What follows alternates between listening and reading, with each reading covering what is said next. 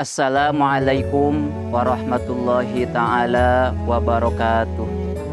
Alhamdulillah wassalatu wassalamu ala rasulillah Muhammad ibn Abdillah wa ala alihi wa sahbihi wa mawalah.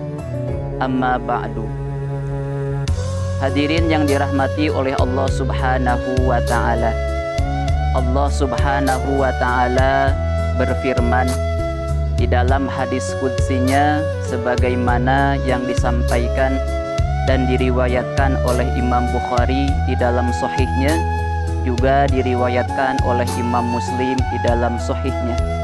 Allah subhanahu wa ta'ala berfirman, kullu amali ibni adama lahu illa siyama fa innahu li wa ana ajzi bihi.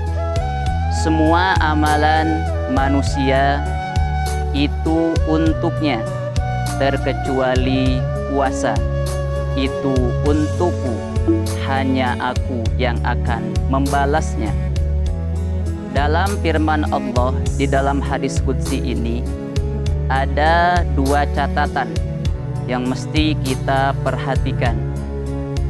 Catatan pertama, Allah subhanahu wa ta'ala di dalam hadis ini bersabda bahwa puasa itu adalah untukku. Sehingga timbul pertanyaan di dalam benak kita, bukankah semua ibadah itu untuk Allah? Bukan hanya sebatas puasa saja, termasuk sholat, ibadah zakat, ibadah haji, ibadah umroh, ibadah sedekah, dan ibadah-ibadah yang lainnya. Bukankah itu semua untuk Allah? Akan tetapi mengapa di dalam hadis ini Allah berfirman seakan-akan hanya puasa saja yang dinisbatkan kepada Allah itu? Nah, jawabannya mari kita lihat di dalam kitab Syarah Sahih Muslim sebagaimana disampaikan oleh Imam An-Nawawi. Imam An-Nawawi di dalam Syarah Sahih Muslimnya, beliau menyampaikan banyak sekali interpretasi dari para ulama, penafsiran dari para ulama. Di antaranya adalah menurut pendapat sebagian ulama, yang dimaksud puasa itu untukku adalah idopatu tasyrifin, penyandaran memuliakan untuk puasa. Seperti misalkan Ka'bah itu disebut Baitullahi, rumahnya Allah, rumah disandarkan kepada Allah. Nah, ini disebutnya adalah penyandaran memuliakan. Padahal pada hakikatnya bukan hanya sebatas Ka'bah saja milik Allah, akan tetapi semua dunia ini adalah milik Allah.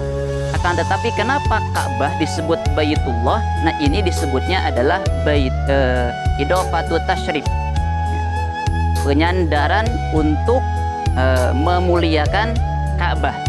Nah, begitupun puasa. Kenapa disandarkan kepada Allah? Itu untuk memuliakan kepada puasa.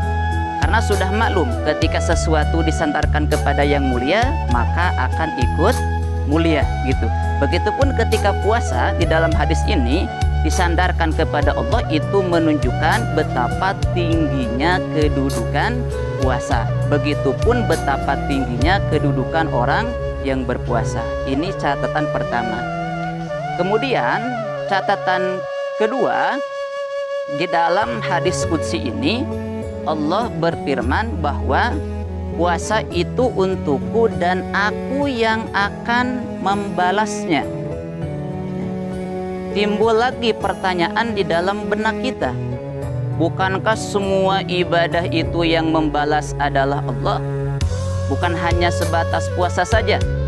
Sholat yang membalas adalah Allah, zakat yang membalas adalah Allah, begitupun haji, begitupun umroh, begitupun sedekah, begitupun ibadah-ibadah yang lain. Akan tetapi kenapa di dalam hadis ini seakan-akan hanya puasa saja yang Allah akan balas pahalanya?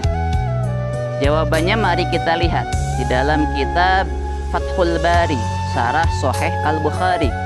Imam Ibnu Hajar Al-Asqalani, beliau menyebutkan bahwa yang dimaksud dengan wa ana ajzi bihi ay wa ana anfaridu bi ilmi miqdari thawabihi wa tad'ifi hasanatihi.